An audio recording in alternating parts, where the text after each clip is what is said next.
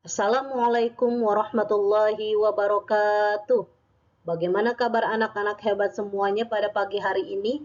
Mudah-mudahan kalian dalam keadaan sehat walafiat, belajarnya tetap semangat. Allahu Akbar. Baik sayang, sebelum memulai pelajaran, kita berdoa terlebih dahulu.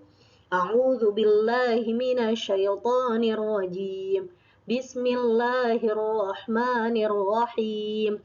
Rabbi zidni ilma warzuqni fahma birahmatika ya arhamar rahimin. Amin. Pada kesempatan pagi hari ini, Ustazah akan membahas tema 8, Praja Muda Karana, subtema 2, Aku Anak Mandiri, pembelajaran 1 dan pembelajaran 2. Mohon kalian simak baik-baik video pembelajaran yang Ustazah berikan pada pagi hari ini.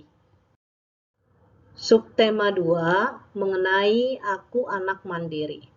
Sebagai seorang pramuka, apakah kamu pernah mengikuti kegiatan berkemah? Untuk kelas 3 belum, insya Allah kakak akan mengikuti kegiatan berkemah nanti setelah kakak di kelas 4. Tahukah kamu apa sih manfaat kegiatan kemah itu? Dalam kegiatan kemah, manfaatnya ini kamu dididik untuk dapat hidup mandiri. Kamu harus menyiapkan makananmu sendiri. Seperti apa? Kamu juga harus mencuci peralatan makan dan baju serba sendiri. Kemandirian ini harus mulai dilatih sejak kecil. Kamu akan merasakan manfaatnya setelah besar nanti. Misalnya, suatu saat kamu bersekolah di luar kota dan harus kos. Nah, kamu sudah terbiasa dengan hidup sendiri. Sebenarnya masih ada banyak sekali manfaat mengikuti berkemah bersama teman-teman. Apakah kamu tertarik untuk mengikuti kegiatan berkemah?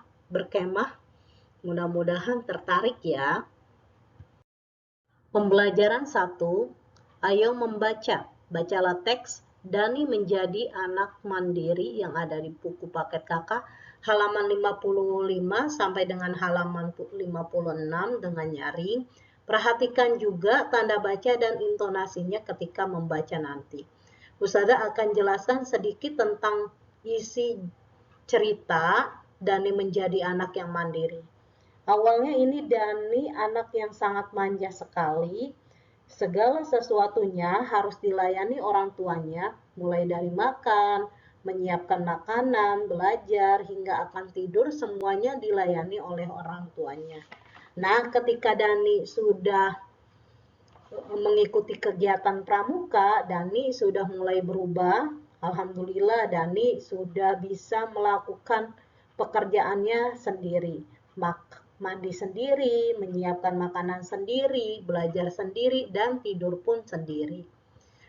Buka buku paket halaman 57, kakak kerjakan. Di sini sudah Ustazah beri jawabannya, kakak hanya menyalin saja. Jawablah pertanyaan-pertanyaan berikut secara singkat dan tepat. 1. Apakah kamu ketahui tentang mandiri? Mandiri adalah keadaan dapat berdiri sendiri, tidak bergantung pada orang lain. 2. Apa yang dapat kamu lakukan untuk menjadi anak yang mandiri? Yang dapat kakak lakukan untuk menjadi anak mandiri adalah melakukan pekerjaan dengan sendiri. Sebutkan beberapa kelengkapan yang terdapat dalam seragam pramuka. Ada kaos kaki, ada sabuk, ada sepatu, ada tali, atribut, topi, dan sebagainya. Ayo menulis, cobalah tuliskan 10 kegiatan yang kakak kerjakan secara mandiri di rumah. Tuliskan pengalamanmu terkait kegiatan yang kakak kerjakan secara mandiri. Boleh ditulis jika kakak mempunyai waktu yang luang. Ayo mengamati. Coba kakak amati satu persatu atribut pramuka berikut ini. Pemasang tanda pada seragam siaga. Pada umumnya, bentuk-bentuk tersebut berupa bangun datar. Ada segitiga, ada persegi, persegi panjang, lingkaran, dan jajar genjang.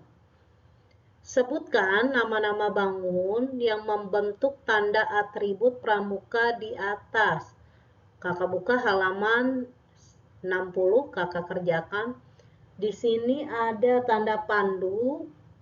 Tanda pandu ini berbentuk persegi. Ada lagi tanda pita nomor, terus dada kanan, ini berbentuk persegi panjang. Ada lagi tanda barung, berbentuk segitiga. Ada lagi tanda lencana wilayah, ini berbentuk segi 5. Ada lagi tanda dada kiri yang berwarna coklat, ini dalamnya ada tunas kelapanya, berbentuk belah ketupat. Ada lagi jajar genjang pada tanda kecakapan umum atau TKU.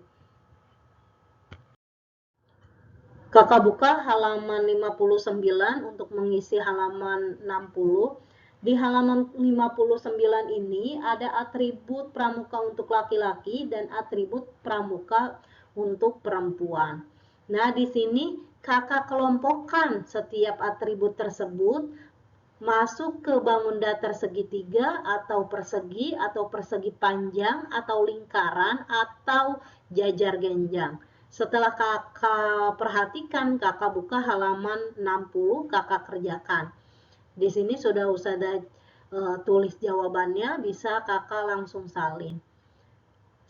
Bangun datar segitiga atributnya ada tanda barung, tanda kecakapan khusus.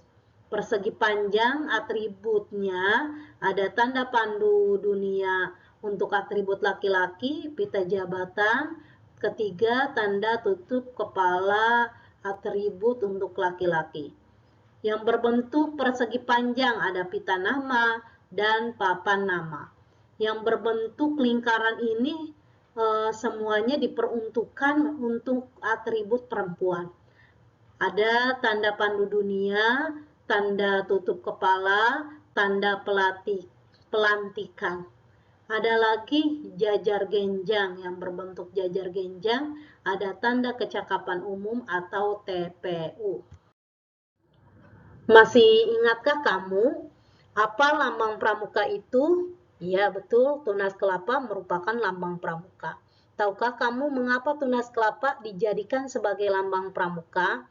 Betul, karena pohon kelapa dipilih menjadi lambang pramuka banyak sekali manfaatnya.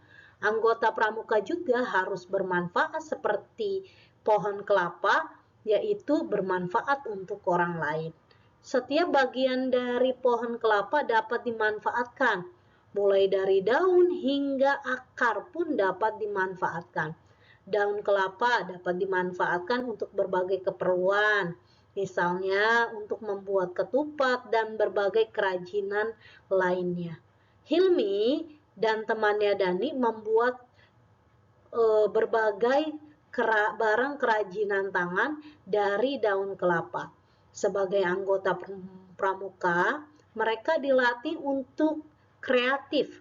Salah satu hasil karyanya yaitu kipas dari daun kelapa seperti yang digambar tersebut. Beberapa lembar daun kelapa dirangkai sedemikian rupa. Selanjutnya distaples sehingga membentuk kipas. Hilmi ingin menggunakan kipas daun kelapa ini untuk menari bersama Dani. Oleh karena itu, ia mengingat-ingat kembali tarian yang menggunakan peralatan kipas, yaitu ia akan mempraktekkan tari Pakarena. Nanti akan Ustazah kirim link tentang cara menarikan tari Pakarena.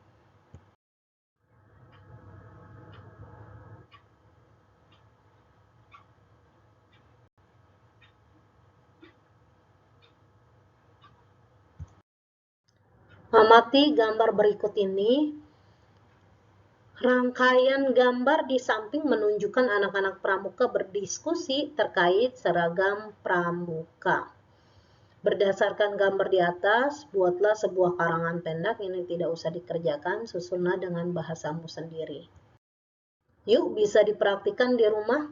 Gerakan-gerakan badan seperti di samping memiliki unsur gerak olahraga. Gerakan dimulai dengan membungkukkan badan, badan dibungkukkan hingga tangan menyentuh tanah atau sepatu. Gerakan ini melatih kelenturan badan dan dengan gerakan ini otot pinggang menjadi lemas. Langkah-langkah gerakan berikutnya.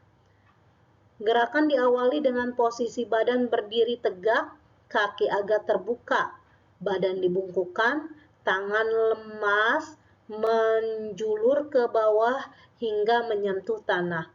Posisi seperti ditahan hingga 8 hitungan. Kembali ke posisi berdiri, badan kembali dibungkukkan ke sebelah kiri. Posisi membungkuk sampai kedua tangan menyentuh kaki kiri. Posisi ditahan hingga 8 hitungan. Kembali ke posisi berdiri, badan kembali membungkuk dengan arah ke kanan. Posisi membungkuk sambil kedua tangan menyentuh kaki. Posisi ditahan hingga 8 hitungan.